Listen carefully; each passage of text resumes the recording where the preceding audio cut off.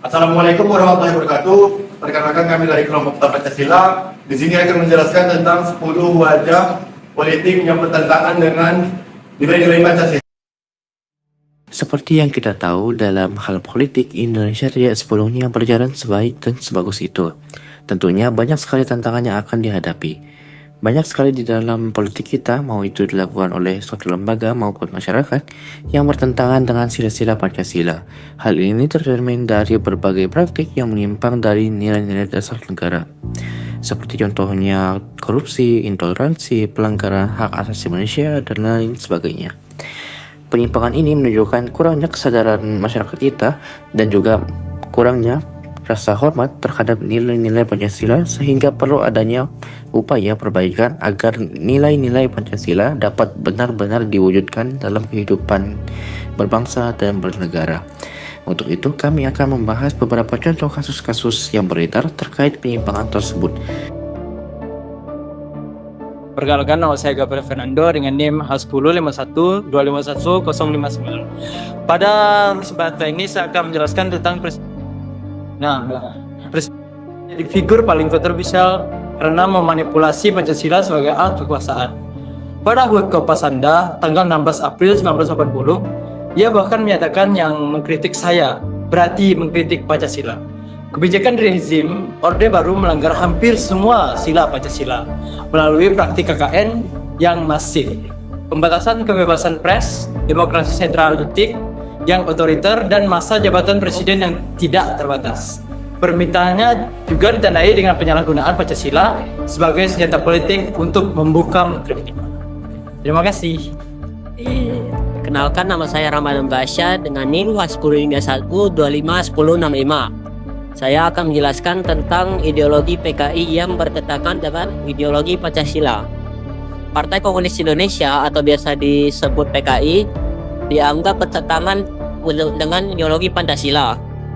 Ideologi marxisme, komunisme, dan leninisme yang dianggap PKI bertentangan dengan sila pertama Pancasila karena bersifat ateis dan anti agama. Setelah kelas dianggap agamis PKI pada tanggal 19 Januari, penyebaran ini dilakukan melalui ketetapan TPNS nomor 25 tahun 1966 karena masalah ini dianggap khianati dasar negara Indonesia. Sekitar saya terima kasih. Perkenalkan, nama saya Rafidin Ihsan Riyanda dengan NIM H1051251071. Yang ketiga adalah Rocky Gerung. Mantan dosen filsafat Universitas Indonesia ini kontroversial karena pernyataannya bahwa Presiden Jokowi tidak paham Pancasila. Dalam acara TV One, meskipun Rocky Gerung mengklaim tidak menghina melainkan hanya menyatakan ketidakpahaman, kenyataannya memicu ancaman laporan ke polisi dan politikus PDIP Junimar Girsang. Rocky juga pernah bermasalah karena pernyataannya tentang kitab suci sebagai hal fiksi. Perkenalkan, nama saya Tegar Pustio dengan NIM H10 Di sini saya akan membahas materi Greta tadi sebagai Ketua Umum Partai Solidaritas Indonesia. Ketua Umum Partai Solidaritas Indonesia ini dilaporkan ke polisi oleh Perkumpulan Pengusaha Muslim Indonesia karena pidatonya yang menolak perda syariah dan perda izin. Meskipun PSI menilai sikapnya bukan anti agama, tetapi berdasarkan kekhawatiran akan intoleransi, kelompok tertentu menganggapnya bertentangan dengan ayat-ayat Al-Quran dengan nilai-nilai Pancasila. Baik, assalamualaikum warahmatullahi wabarakatuh. Perkenalkan, nama saya Muhammad Jan dengan NIM H125-125-1075. Jadi di sini saya kebagian materi salah satu tokoh politik yaitu Setia Novanto. Nah, Setia Novanto ini sendiri merupakan mantan ketua DPR RI. Jadi kasusnya ini jadi contoh nyata politik yang bertentangan dengan nilai Pancasila. Setia Novanto terjerat kasus korupsi proyek KTP yang merugikan negara triliunan rupiah.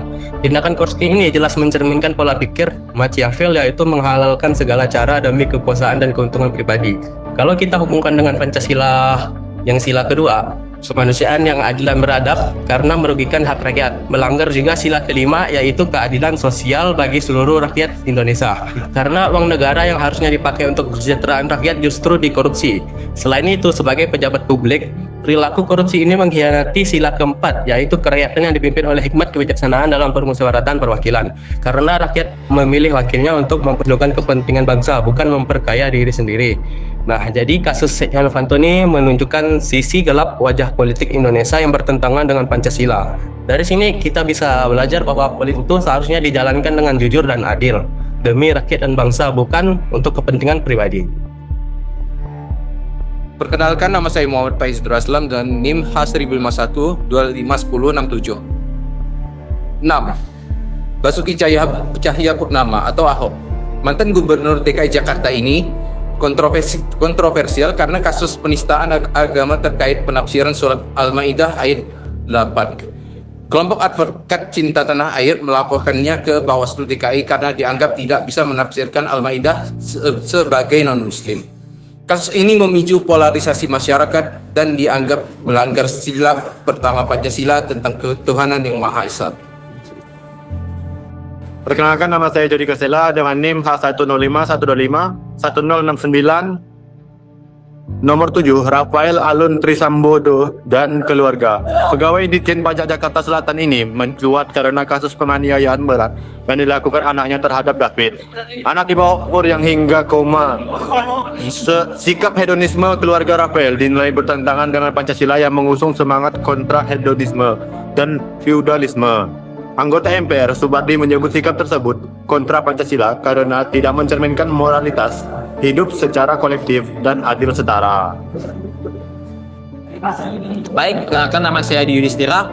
Di sini saya akan bahas tentang Yudin Wahyudi yang kerja sebagai Kepala BPIP, Badan Pembinaan Ideologi Pancasila. Meskipun menjabat sebagai Kepala Badan Pembinaan Ideologi Pancasila, Yudin Wahyudi kontroversial karena kebijakan larangan kibab bagi anggota paski-braka. Kebijakan ini dinilai bertentangan dengan sila pertama Pancasila tentang kebebasan beragama dan dikritik MUI sebagai tindakan yang tidak Pancasilais. Sebagai pengawal ideologi Pancasila, BPIP justru mengeluarkan kebijakan yang dianggap melanggar prinsip toleransi dan pluralisme. Sekian, terima kasih.